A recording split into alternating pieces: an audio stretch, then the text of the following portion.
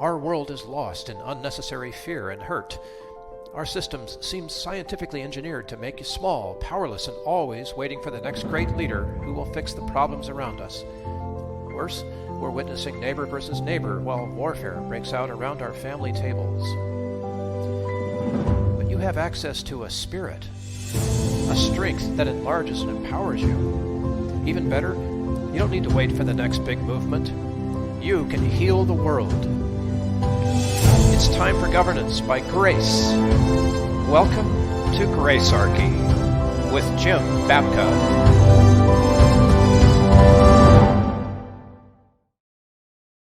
You ever had that moment where you've said something that was so good you just wish you'd written it down or recorded it so you could have it, for posterity later on? Nobody knows why I'm laughing yet. I'm laughing. Nobody knows why. They will. So there was a moment like that. A moment like that happened. It happens a lot, but a moment like that happened. And fortunately, it was Jim's moment, and it was recorded. And we want to share that with you today. So before we do all of that, I want to give proper credit where credit is due here, because Jim's appearance on the Gary Nolan show, June 8th of 2023, right, it was profound. And Jim shared the recording with me, and I'm like, yes, we got to do this. We've got to do this. So proper credit. So Gary Nolan's show is on the Zimmer Communications Network, the Eagle 93.9 out of Columbia, Missouri. You can listen every day of the week. And Jim comes on Think Tank Thursdays around 9:35 Central Time. And so what we want to do is we're going to offer you a couple of segments from that show today of some amazing things that Jim said. So Jim, set it up for us. Well, the first part had to do with understanding the ways that the government robs us, and particularly through inflation, and that how most people don't understand this. And then what people can do as a result of this information. What are some of maybe the first? I covered first two steps basically to take. Got it. So that's the first segment. I'm going to run this. Thank you, Gary. And by the way, I should say, sponsored by the Zero Aggression Project. Gracearchy in its second season now. Here's the clip from Gary's show. 9:35. Glad to have you with us. Show Me Institute coming. Right now, Jim Babka is with us. Gracearchy, you can go on all these platforms, YouTube and Stitcher or whatever the hell it is. I don't even know. He's on all of them. You hardly fire up your computer without seeing this guy. Jim Babka, good morning. That could actually be true. Hey, could you repeat for me and for the audience when Mr. Hedlund's coming on? Mr. Hedlund is coming on exactly 1/2 hour from now. Okay, I want to catch that. 10:05. I think it's important everybody actually know what was done in that deal. This is something that's actually going to impact everyone's life that's listening. They should know. Yes, they should. It was a stinker. You and I were talking about inflation. And I don't know, is that where you want to jump in on this conversation? Because I thought it was fascinating, your view on this. Okay. Yeah, that would be a great place to start. So most people, when they think about inflation and the damage that it does, they focus only on the first level, which is called price inflation. So, you notice that 3-4 years ago you were paying 89 cents for a dozen eggs, and now you walk into the grocery store and now you're paying $2.49. And you go, oh, what a travesty, I'm paying so much more for eggs. But it's like this across the board with any object we can pick, and groceries seem to get particularly hit hard during this inflationary wave, but everything went up in price pretty dramatically, and everybody focuses on that price-cost increase, that price inflation. Now, that's a tax. That's money that got taken away from you. The federal government printed it so that they could had it printed for them and loaned to them so that they could spend that money first when it was worth the most value. And everybody, when the left, the right, and even most libertarians talk about inflation, this is the only level upon which they focus. But it's just the first one. The second one is that after you notice that your eggs are now costing you $2.49, you go to your boss and you say, boss, eggs are costing me $2.49. Now, you probably didn't say those words literally, but you said something effective, I need a raise. And he said, yep, I need to give you a raise because I don't want you to leave. And he gives you a raise. And you now think, man, I've licked the world. Problem solved. I'm now making more money. But the same federal government that inflated your currency bases their taxation system on how much money you make. And so as you go out and you buy inflated goods, you pay greater sales tax, and now that you're making more money on your income, you pay greater income tax, federal, state, and local. You pay greater payroll tax, your Social Security and Medicare tax. All that stuff goes up. Okay? So they got you coming and they got you going. You got robbed 2 different ways. Still not done. There's a third level, and this is the one that everyone ignores. So in a normal economic situation, the technology causes deflationary pressure. What that means is, very simply, is the things that you paid a certain amount for at a time past, you pay far less today. Okay, so there's an example I like to that I favor here right now. I have a very nice Hewlett-Packard piece of equipment from the early 90s. It was a financial calculator. I used it because I was a real estate investor and then subsequently a realtor in the 90s. And so in the early 90s, I bought this thing, and I don't recall how much I paid for it. I'm going to have to do some research to go back and figure out what that was, but I'm going to guess it was about $80 at the time. Well, on my phone or on my desktop, I have a device that will give me not only a free calculator, but if I want other types of calculating power, I can do a Google search and find all of those things for free. I don't have to pay $80 to go buy a machine that I carry around anymore. I get all of that stuff for free. Technology has deflationary power. This should apply across the board. We call this concept more with less. The more technology is applied to a situation, the more innovation that we create, the less everything in your life should cost. So you should be in a situation where instead of worrying about having to pay 89 cents for eggs, let alone $2.49, you should have been in a situation where you start paying 69 cents for eggs, then 59, and then 29, and then 9 cents for a dozen eggs. And that would be the world that you would be able to live in, where you would be able to buy massive amounts of goods and services. You would literally be, and here's the key word, wealthier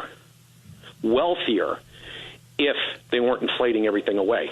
But they have to inflate the system. The system is entirely built on debt. Fiat currency is a debt-generated instrument, so the more debt that's out there, the more debt they create, the more spending power they have. They let you in on a little bit of this. They let you get in debt too. They're more than happy to take your money that way as well. They'll encourage you to take on debt.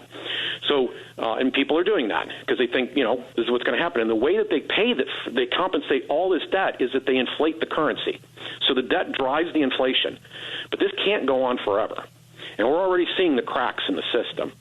And we will come upon a point where one of two things futures is going to be in front of us. We will either have a total totalitarian system that controls you in every way that you move and breathe, or, they're just going to keep taking away liberty, or they're going to destroy you economically. They're going to destroy the value of everything that you have and just take it from you.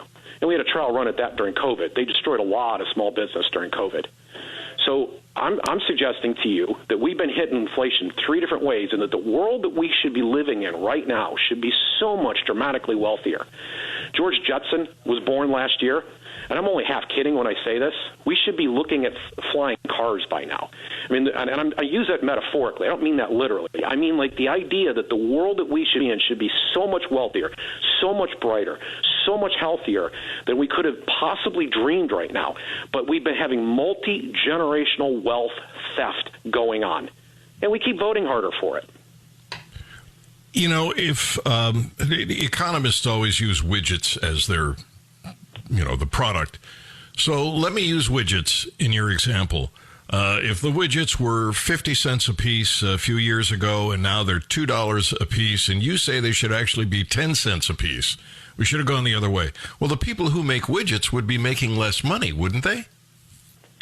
So money is just like what we have for what our money right now. You have to, first of all, account honestly for what a dollar is. So a dollar is a Federal Reserve accounting unit, the dollar. A fraud, F.R.A.U.D, Federal Reserve Accounting Unit, the dollar. It's just merely a unit of accounting that belongs to the government, right? They can say that the economy grew or contracted by this much based on a dollar, but a dollar has no intrinsic value. It's backed by nothing, okay? What matters at the end of the day is wealth, personal wealth. How much ability do you have to buy things? Can you buy more with less money? And if you were able to buy more, if you were able to live like a king on minimum wage, why would you not? Why would you need to make more than minimum wage? Like, why? That would be great. Like, if minimum wage, everybody's saying we need to get to a livable wage, $15 an hour. That was the magic number back in 2019. Do you remember 2019? I know it's a long time ago, but that was the magic inherent number we had to get to. Well, it's the economy. It's all there. Like, go down the street. The fast food joints are having trouble finding people for less than $15 an hour. They can't do it, right? So we got the number. How much wealthier do we all feel now? because we got to $15. What matters is your purchasing power, your ability to acquire goods and services. So if all goods and services go down in cost, you do not need to make as many frauds to get to your destination. As many frauds. I love that. So we're stuck with this then. We're going to have inflation forever as long as, is there any way out of this? There is, and as time goes by, I want to get into some of what those things are. But for today, I just want to hammer on something that we've been hammering on up to this point, and that is that at the macro level, we have to get our government under control, and we need to stop pretending like just because we're getting a check out of them that this is a good deal. This is not. The older generation is ripping off the younger generation. The younger generation went to a college they couldn't afford, and they're put themselves in hock. We have problems across the board, and every time some politician has come along and says, "I feel your pain," and started to offer to lift the burden off of your shoulder, what they did in order to do that is they stole from someone. And until we concretely recognize that pattern, that every single time they offer to help us out with one of our problems, that they have to steal from somebody in order to do it. And by the way, you get stolen from too. You're going to get stolen from this, and then all the other things that they're giving away to buy votes as well. Until we get to that point and we start choosing different people, and I think they have to be people who are not necessarily Republican or Democrat, we're going to be in this position. On a micro level, the very, very, very, very, very first thing I would tell everybody to do in this call is to get out of debt. Get out of debt. Make it your highest priority to get out of debt. Don't carry debt you don't need to carry. Don't do that. Now, there are people who are really super sophisticated that can do things like talk about good debt, bad debt. 95% of the people out there, maybe 99% of the people out there, it's a great theory, cannot have the discipline or the attention time on all the different things they're going to need to do to actually play a debt game and win. So don't do it. Just don't do it. Pay off the things that you have so that you have something solid and you own, and you have disposable income. Live beneath your means the entire time, because the more in debt you are, when this thing collapses, the more it's going to hurt. Jim Babka, Gracearchy, and or just look up Jim Babka on the interwebs. We got to just take a quick commercial break so that I can get out of debt, and then we'll come back on the Gary Nolan Show. It's the Simmer Radio Network. It's 9:51. Jim Babka is with us. Gracearchy, or just look up Jim Babka on your favorite platform. So I kind of motor mouthed that out right there. That came out as fast as it possibly could, because you're in the confines between commercial space and having a conversation. It's very time limited to get those points across, but we covered a lot of ground. What I think won't be obvious, Bill, is why we ended up when we come back from the commercial break, the fact that we did a second segment, why we went where we went. And yeah, it was brilliant. It was brilliant. Okay, the reason we went there is so this is a discussion of the wasted vote argument, and this is a full disclosure. I tend to vote libertarian, and I describe myself at least as a small L libertarian. Right? I am used to hearing. I was the press secretary for Harry Brown in 2000, the nominee. So I mean, I've got some credentials on this. Libertarians get this argument made to them that they should vote, and in Gary's case, he's going to raise whether or not we should vote for the slower road to hell to preserve time. So we discussed that, and an audience is primarily Republican. I mean, the majority of his audience is Republican. And so we discussed it in that context, but I could reverse this on anybody. And I thought it was it's a condensed, really a version of some of the best arguments on that. We'll kind of walk through the problem with that in just a couple of minutes, but it ties directly into what we were discussing before, which is that the macro problem of the fact that our budget is going to destroy us the way the government's running right now. So that's the bridge that takes us over the commercial break into this discussion of how to vote as a result. I had a philosophical question for you this morning, and I want to talk about this on the air before we run out of time. The Democrats are going to take us over the cliff. Fiscally, they want socialism. They keep raising taxes if they can. They increase spending. They're always out there saying something should be free. Republicans aren't far behind. They seem unprincipled. When they're in charge, the spending continues to skyrocket. They'll cut taxes, but not spending. They won't address the biggest problems. So, I vote Libertarian because for me, that's the one party that is principled and will, is going to stand on the Constitution. The problem here is they're not winning in the federal level. So do you want to slow down the approach to the cliff by a couple of years and vote Republican? Would that be better than, letting the Democrats step on the gas and take us over the edge? Okay. Let me ask you this. When you step into the voting booth, how many ballots do you get? I get one. No, seriously. Like, how many ballots do you get? What do you mean? Well, I mean, your vote is going to change the outcome of the election, right? Well, collectively... I only get one as well. Yeah, I only get one as well. But collectively, if all of those ones... No, you don't have collective. You only have yourself. You don't, do other people give you their ballots? I don't understand. No, but if we decide that this is the direction we're going to go and we step in, we all vote the same way, or a majority of us do, and that determines the outcome of an election. Okay, but I'm still back to your ballot booth. You only had one ballot. Yes. And you didn't. It's a secret ballot, so you didn't even know what everybody else, if they even kept their end of the deal. Did you? What? So you're going to go into the ballot booth and you're going to pretend as if you have the ability to pick the president of the United States or the governor of your state or even the mayor of your town. But you don't. You only have one thing, and that's your accountability to your own principle, your own values, and if you have a relationship with your God. That's all you have. You step in a booth alone, and the sacred act you're going to commit at that moment is whether or not you're going to vote for your values and your principles. Because voting for the lesser of two evils always gets evil. Always. Evil's in the equation. So that doesn't work. And you don't have any control over the outcome of the election. All you have control over is your own personal conduct and the expression of your values. So when I step into that booth and I vote Libertarian, because that's what I tend to do too, I am at least saying this system that's here, I want to register my dissent from it. I don't consent to what's being done. What I think is being done here is wrong and immoral. And maybe my voice is drowned out, but I've only got one. I've only got one ballot. And if you, by the way, figured out a way to take more ballots in there, they would punish you for that pretty hard. In fact, everybody would join in on it. They would join in on the stoning of you for having more than one ballot when you stepped in there. You've just got one chance to express your value and your principle there. Are you going to do the right thing?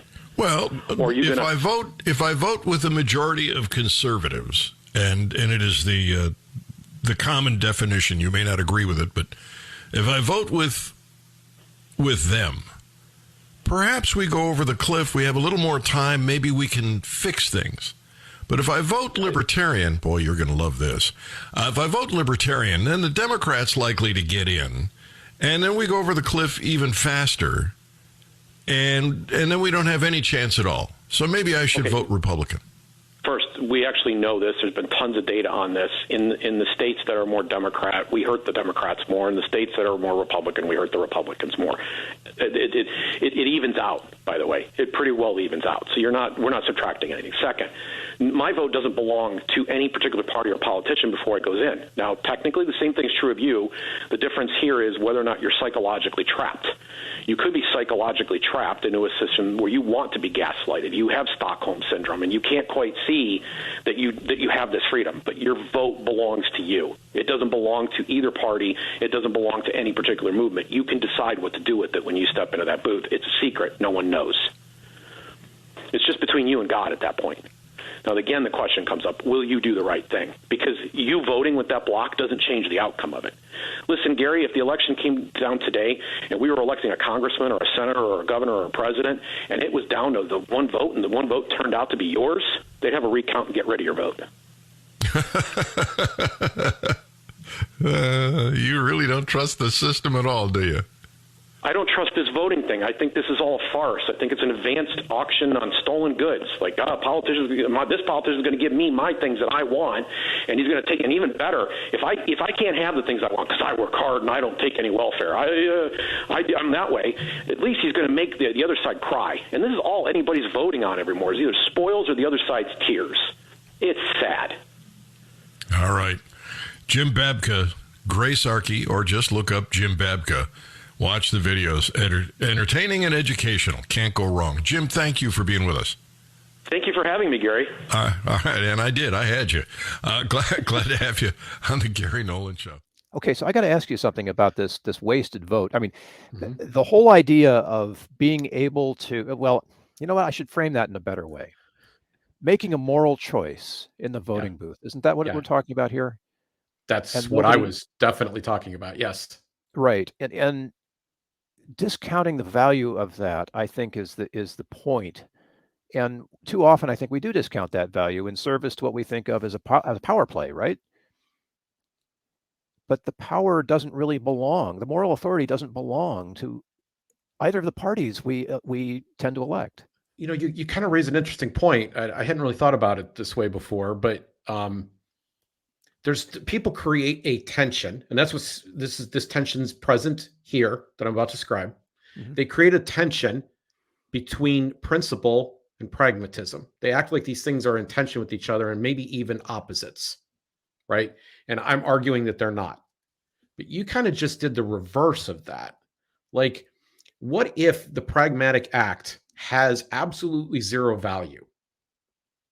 Like, this is the situation in which, and Gary, by the way, is playing a part to some degree, right? That's the tension of radio. He's playing what he calls devil's advocate, right? Yep. So he is playing on the bad side. I'm the angel spokesman. He's the devil's advocate. Okay. Right. So he is positing something that if I vote harder, this time it'll make all the difference. I promise this time, this will really work. This time Lucy will let me kick the football. If I do that, then maybe it'll be better this time. But there's no historical evidence to back up that fact. No, plus you only get one ballot, as you pointed out. Right. So there's this tension between principle and pragmatism, but the irony of this particular situation is that there is no pragmatism whatsoever. It does not enter the equation one bit. It is possible that if you drop a penny in the ocean, you could create a tsunami. But I wouldn't stand there all day if I were trying to make a tsunami by dropping pennies into the ocean. Like, that's just, you know what I'm saying? Or quarters or whatever. Like, pick a silver dollar, maybe that'll work better. It's just not going to work. I would, in fact, I wish I had a better example to think of it off the top of my head. Like, there's so many, like, I'm going to become a millionaire. I've got a financial plan. I'm going to buy a lottery ticket, right? It might work. Right. It might work, but it's not a sound plan. And I think we all know why it's not a sound plan. I think people who vote can understand why that's not a sound plan. And yet the people who do vote, by and large, do not understand this. I have a dear friend that I love very much. And she voted for Gary Johnson in 2016 and Donald Trump won. And she was disappointed by the outcome of that. And she voted Democrat in 2020 because she said, I wasted my vote in 2016. And I feel, listen to this, I feel guilty about it. And I said, let me relieve your existential burden. You did not elect Donald Trump. Number one, here's the basics. You didn't vote for him. Number two, if you did not decide Ohio, all you had the ability to do was vote in Ohio, to choose electors in Ohio, and Ohio clearly went to Trump. Like, you were not the margin of difference there. So you did not decide that. So that's the point. Is there's no pragmatic power here. And can we add one more thing? We could say that nobody understands how bad they're being messed up by inflation, by this debt-driven system, right? Yeah, and that they don't really understand it. They just don't get it. The stuff that I shared in the previous segment, some people watching right now, knowing my audience, had some of this knowledge in their head. But the audience I was talking to on Gary's show that morning, and the audience I would tend to talk to generally, by and large, most people I would meet would not have all that knowledge in their head. And one way I would know that they don't get it is that they keep voting harder for Republicans.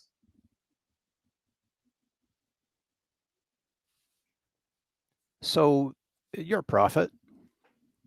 What's the end game here? What's the probability? How do we change this? So, people don't know this. They don't realize that behind this stained glass, we have Gracearchy Labs.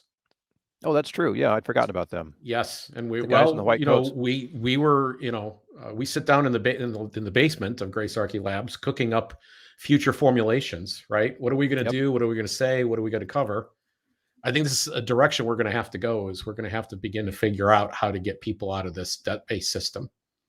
I that's all I can say today, because R&D is hard at work, and we're and they don't have the formulation yet. But I'm teasing this, right? yes, I completely get it, and I can't wait to get to it. But we got to make sure we're in quality control right now. We're testing the product. I love it. We've got to say something about this. We've got to do something about the debt problem, and and voting. That approach has been tried for a long time too, and it hasn't made the difference we hoped it was going to make. In fact, it's been very hard. I'm disappointed in the American people.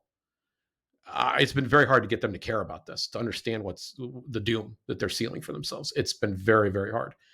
And, I get to a point where I say, you can't save everybody, but can we save the people who are awake? Can we have people who are woke on the subject of the debt?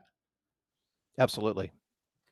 I know your journey through Downsize DC and the Zero Aggression Project and the Zero Aggression Principle, sponsor of our show, by the way, zeroaggressionproject.org. This is crucial right now and urgent.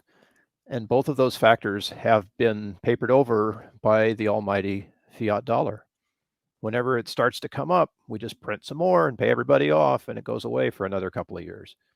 So we here on Gracearchy are here to offer you an alternative, a change, a possibility of something that can get you out.